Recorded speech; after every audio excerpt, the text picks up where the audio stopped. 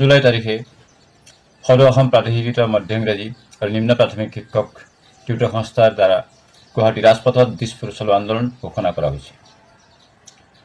অসমৰ হাজাৰ হাজাৰ শিক্ষকসকলক প্ৰাদেশিকৰণৰ নামত টিউটৰ সজাই 10-12 হাজাৰ টকাৰ মাননিৰে এক চৰম দুৰ্ভিক্ষ জীৱন যাপন কৰিবলৈ বাধ্য কৰোৱা হৈছে।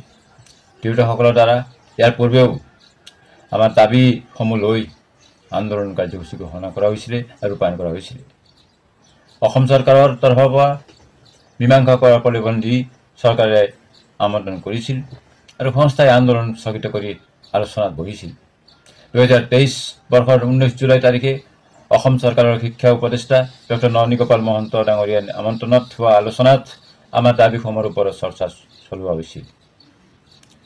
টিউটৰসকলক মৰ্যাদা সহকাৰে কৰ্তব্য কৰিবৰ বাবে ভাল পৰিৱেশ প্ৰদান কৰাটো চৰকাৰে ব্যৱস্থা গ্ৰহণ কৰা উচিত।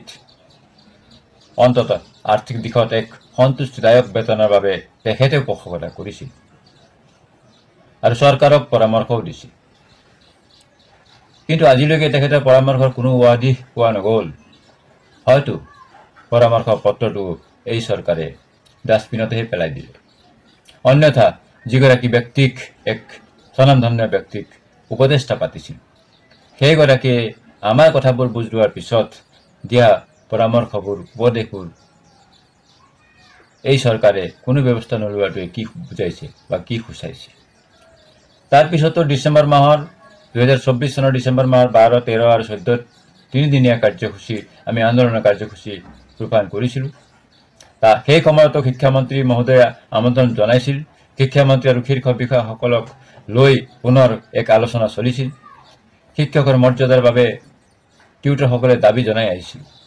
সকলো বিষয়ে মুখ্যমন্ত্ৰীৰ সৈতে আলোচনা কৰি সমস্যা সমাধান কৰি দিয়া হ'ব বুলি বাৰে বাৰে প্ৰতিশ্ৰুতিও প্ৰদান কৰিছিল, কিন্তু একোৱেই নকৰিল। কেৱল মিছা আশ্বাস আৰু চৰম প্ৰতাৰণাৰ কথা বাৰে বাৰে প্ৰমাণিত হৈছে। সেয়ে এইবাৰ মুখ্যমন্ত্ৰীৰ পৰা প্ৰতিশ্ৰুতি পত্ৰ অবিহনে পতিয়ন যোৱা নহ'ব। এয়া স্পষ্ট কথা। এই আন্দোলন অনাগত সময়ত অধিক তীব্ৰ আৰু সৰ্বস্তৰত জংগীভাৱে ৰূপায়ণ কৰিবলৈ আমি বাধ্য থাকিম। আমি ইতিমধ্যে আমাৰ দাবীসমূহৰ সমাধানৰ বাবে মুখ্যমন্ত্ৰী মহোদয়লৈ অসংখ্য নিবেদন প্ৰেৰণ কৰিছোঁ। তেখেতৰ সৈতে আলোচনাৰ বাবে সাক্ষাৎ কৰিবলৈ আবেদন কেইবালানিও আমি কৰি আহিছোঁ, যদিও 2 মিনিট সময় আজি পৰ্যন্ত আমি পাবলৈ সক্ষম হোৱা নাই। আজি 3-4 বছৰে ৰাজ্যৰ মুখ্যমন্ত্ৰী মহোদয়ৰ পৰা আমি 9-10 হাজাৰ ব্যক্তিৰ এক সমষ্টি, যি সমষ্টি টিউটৰসকলে আনুষ্ঠানিকভাৱে লগ পাব নোপোৱাটো এক দুৰ্ভাগ্যজনক।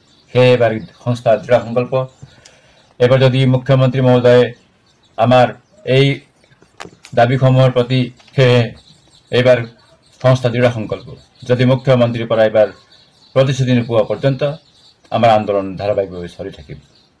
9 জুলাই এক আৰম্ভণি। এই আৰম্ভণিত 40 ডিগ্ৰী উত্তাপৰ মাজতো আমাৰ টিউটৰসকলে গুৱাহাটীৰ ৰাজপথত মৰ্যাদা আৰু ন্যায্যতাৰ দাবীত নামিব। এয়া শিক্ষকৰ ইচ্ছা নহয়, যদিও চৰকাৰৰ চৰম উদাসীনতা আৰু বাৰে বাৰে কৰা প্ৰতাৰণাই প্ৰতিবাদী হ'বলৈ বাধ্য কৰাই আহিছে। আমি পুনৰ কওঁ, 4 বছৰ ধৰি কেৱল আশা পালি ধৈৰ্য ধৰা হৈছে, কিন্তু এইবাৰ চূড়ান্ত সময়। আমাৰ দাবীসমূহ চৰকাৰে মানিবই লাগিব। এয়া আমাৰ অন্তিম দাবী, অন্তিম কথা আৰু স্পষ্ট